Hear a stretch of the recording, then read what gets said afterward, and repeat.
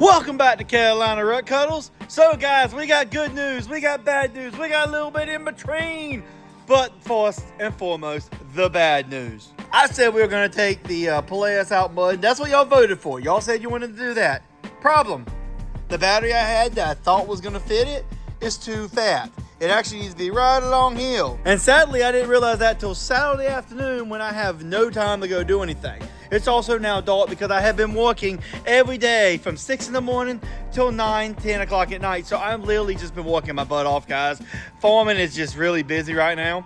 But we are going to get something tomorrow that will make up for it for next week's video. This thing right here is going to be out next week, or the next video, which is, I hope we get him. Like, me and the guy have been talking about this item all week. He's been all for it. I messaged him a little while ago. He ain't messaged me back, but again, I mean, sometimes it takes more than 30 minutes. So we'll see what happens. Anyways, so what are we going to do today, you might ask? We are going to discuss the Can-Am lineup. Why? Because honestly, I don't see enough people talking about any of them but the new Defender, really, and the electric four-wheeler. So it's like, guys, there's so many other different models. I don't even see people talk about the new colors or nothing. Like, guys, there's so much going on, and we just kind of left it at it. So what are we going to talk about first? Of course, the 6x6 lineup. I've heard nobody talk about this, and it makes me so mad. Y'all know around here, we love my 6x6. Oh,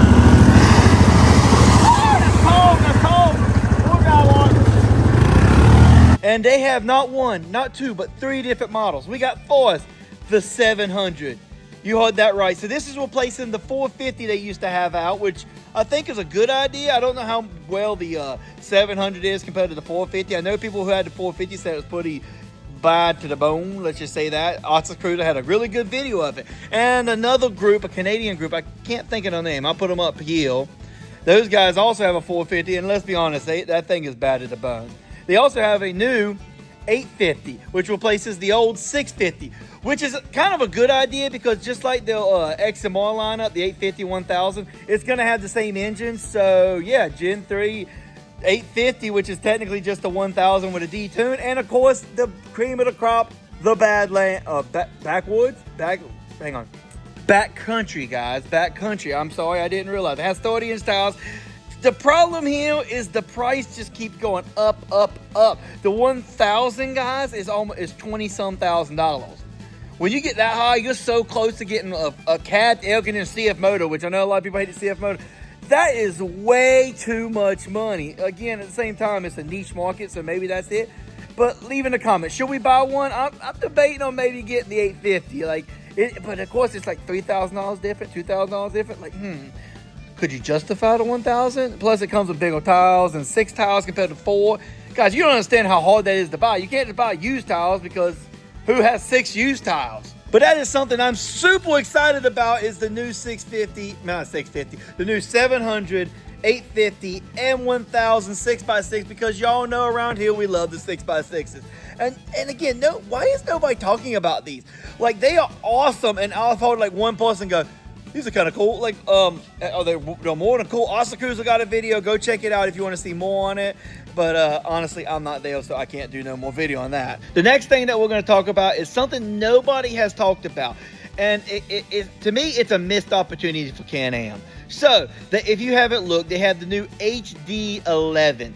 A triple cylinder engine. For what I understand, I think it came from the X3. It's just a detune. Has just under 100 horsepower. I think it's like 95 horsepower is what it's cranking. But what is the missed opportunity, you might ask? What we're talking about the Defender ladle. They could have easily cornered the market. How? Easy. Take the HD10 because they still have it probably sitting around and drop the price down. Go ahead and have the HVAC HD10 and drop the price down. What was it, like 27 or 28? I think it's like 28 now, or was. It's gone now for the HD10 Limited. Why not drop the price down to like 26, guys? You could corner the market so fast and drop the crew cab down. Think about how that's like, there's a whole market there, guys. People really like these models, but they can't afford it. Now, the cheapest one is the new one, which is $29. So, one thing I got to tell y'all that nobody has talked about is that the HD11 cab kit, which if you remember the old cab kit for the HD10, meaning it only had heat, the cab kit on the HD11 actually does have air conditioning. Because I was like, oh my gosh, the cheapest one they have now is $34. I said, ain't no way any of us is paying $34 for one of them. Then I realized it's like, oh, whoa, hold up. The cab kit has the air conditioning. I'll show you right here. As you can see, it does have air conditioning. So they had me, and then, okay, they lost me, and then they had me. I'm like, still 29. I mean, it's nice. That's still a lot of money, guys. The other thing I see a lot of people talking crap about is the new snorkel. I love the new snorkel. They go way up, and some people think they're ugly. I mean, I kind of like the old design, but the old design wasn't that high. Everybody and their mother always like, not high enough. I agree, but at the same time, you know, who knows? The new ones, way up there, guys. The front end, beefy as can be. I've seen enough comparison videos to know the front end is beefy. But I hear a lot of people talking crap. I really like these new Can-Am XM1s. I think they're pretty good. I like the new look. But again, I just think they missed the opportunity. They should have left the HC10 limited and then have a really low price point HVAC, because they don't have them. And they could have easily fixed the idea, because why not have the HD11 instead of being the Defender, change the name? Look at Polaris right now. We have the Ranger. We have the Expedition. We have the, what is the other one? 1500 Ranger. Yeah, anyways, 1500. Well, I guess this could be the 15. Maybe they are coming out with something else. But again, they missed the opportunity to have another model. Just be like, hey, this is the Defender Extreme, like they did with Polaris, but with a different name. And voila, it would have made way more sense. So I went and looked at the lineup, guys, just so y'all know, the HD11 cab kit is the one with air conditioning. You can see, I think I showed a picture. The HD10, or I think it's the HD9 cab kit, does not have air conditioning, guys. Only the HD11, which I guess is good. But again, I wish somebody would make a smaller model with air conditioning. I just think it would be awesome, but nobody is. Maybe the engines can't take it, which would make sense, because I guess they would overheat. But it would be cool, wouldn't it? The next thing nobody's talking about is the XMR colors. Oh my gosh, what are we doing, Can-Am? I'm sorry. I know a lot of people are gonna argue with me this one, guys, but I'm not a fan. I like it. Don't get me wrong. I like it. I do like the new colors. But what happened to the old awesome colors? Like this Renegade 1000. I think this is a 22. A nice neon green, black, beautiful colors. But the last couple years, I feel like Can-Am is kind of bland. Like last year, what was it? Like a red and gray. Like what? This year it's like a tan and grayish color, or I think it was like a grayish color. I'll put pictures up here of the two models. And guys, it's just not it, guys. It's not it. I mean, it looks almost like this Polaris, like just a basic color, or more like a Honda. Honda's always been a basic color. Red, white. They started coming up with orange and stuff like that, but it's always been like the most basic colors, even though red and stuff just looks basic. It's like plain. And Can-Am, what is going on with these colors? I want some cool colors.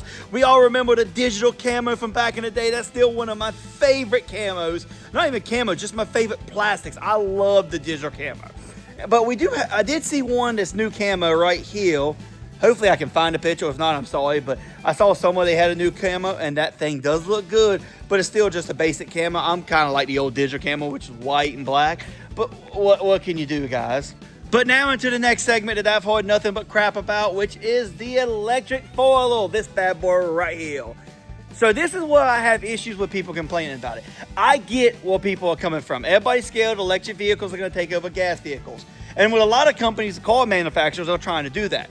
With the four-wheeler ones, not so much. This is just the companion piece. Remember, Polaris has had them for years, so it's I think Polaris is the only one. So they're trying to get in the market. So here's the issues I have with them, though. I think they said they have 50 miles range, right? Okay, well, my iPhone here is supposed to have, like, let's say 8 hours battery life. How do we normally get it? About 6 hours. There's too many variables. So 50 miles is probably not realistic. A realistic number would probably be more of a 40 to 45, I would think. Because again, there's too many variables. I mean, did they do it wide open? Did they do it like normal trail riding? Like, it all depends.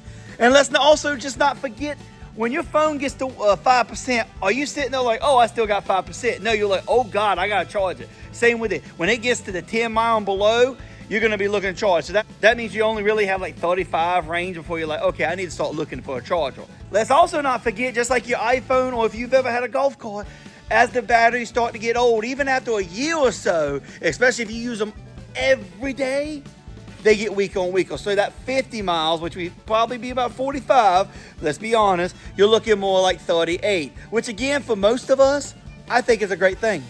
I don't think I'll ever need it because, again, I don't drive that much, but I do more mudding, and I don't think electricity and mud, I don't think it's going to work. I think it will work for short term, but Just like all the electrical components on any four-wheeler, they're always a weak link. So I don't think they're going to work for me, but I see where they can come in handy. Formals, people driving around. I mean, maybe you want a four-wheeler but not a golf cart and you can't have a gasoline vehicle. It makes sense. I like them. I just want to be more realistic that your range long-term will probably be about 30 miles, which then, again, you take 5 to 10 off, you're really looking at 20 to 30. And even then, guys, I'm not complaining about it. I think it's a great vehicle. I like it. I would love to own one and drive one, but I don't see where I would ever want one. I would rather spend my money on the XMRs or anything else. Plus, the price isn't that bad. I don't know why people keep complaining. Also, because nobody's talked about it, the 6x6 is unchanged, and I think it's one of the few HD10s left because most of the other models have gone to the HD11. And y'all know me, I love the 6x6s, but the price of it is still expensive for a limited. Just way out of my price range. I think it's that one and the long bedded looking thing, this thing right here, are the only ones that have the HD10 with air conditioning. As far as I know. Maybe I missed one. Maybe y'all can tell me in the comments, did I miss one? I don't think I did. And honestly, guys, that's about it for me. What do I think? I think the HD11 is beautiful. I wish they would have did a little more to it, but I understand where they're coming from. Keep it simple. I wish it would have been a new model. Kept the HD10, dropped the price down for the air conditioners. Would have been amazing, but I don't know why they didn't. The HD11 is a brand new triple cylinder engine, cranking around 95 horsepower. It's awesome, but I haven't driven one. Kyle Cullen has a great video. I think he drives one, or did he? I think he drove the electric video. Go look at Kyle's video. He has some videos. Austin Cruiser has some videos. Go check them out if you want to see some videos of them. Again, I'm just a normal guy in a shop doing stuff. Then we have the electric vehicle. Kyle did a video on that. He did a video on that one. And of course, then we have the 6x6s that nobody did a video on it. Should we get one or should we get an XMR? If you're staying this long, tell me in the comments. Because if you're here, please subscribe too. What should we do? Should we get an XMR or should we get a 6x6? I know right now is not the time and it's going to be a while before I do it. I still got to get a shop. Some of y'all been here years. Like, it's been 3 years. Like, every time I do it, I kind of spend my money on something stupid, like a four-wheeler or a jet ski. So I just, I'm trying to be on save mode. Only cheap four-wheelers and cheap items that I hopefully go pick up tomorrow. We'll see what happens. Depends on the guy. But let me know in the comments, 6x6 or XMR. I don't know yet. And I'll probably look at the 850 though, or the 1000. The 1000 is just kind of expensive. And guys, as always, I know sometimes like today, I got too busy this week. I didn't get to get the battery because I've been so busy. I didn't get time to find one. I have to order one. Didn't have time to do that. And I know I said in the comments that we were taking this mudding this week, but because we didn't have a battery, it's kind of hard. You can't just jump. It's not like old Hondas where you just kickstart it and drive. Without a battery, they don't run right, and this battery's dead. It won't run like I want it to. But next week will either be the stuff we get tomorrow, or it'll be this, because I plan on getting a battery this week and going full beans, people. But we won't know until next week, so who knows? As always, guys, leave a comment, subscribe, and let me know what y'all think. Also, did you see a little post? Should we put a new engine in the 6x6 or fix the 6x6? Or make a car? We're supposed to get a four-wheeler this week, Foreman 400, I think it is. If the guy, I can't wait. I forgot to message that guy back. Oh, hopefully he still wants to. I just realized I didn't message him back not last night. Dang it. I told myself to do it this morning. So what happened was, he messaged me last night late. I sent him a message, and I was like, okay, I'll send it in the morning. I've never sent it. So it's, I guess, just sitting in the little type menu. I got to message him. Anyways, guys, as always, like, comment, and subscribe. Next week, we're going to be in the mud one way or another, guys. Hell or high water. I will see you on the next one.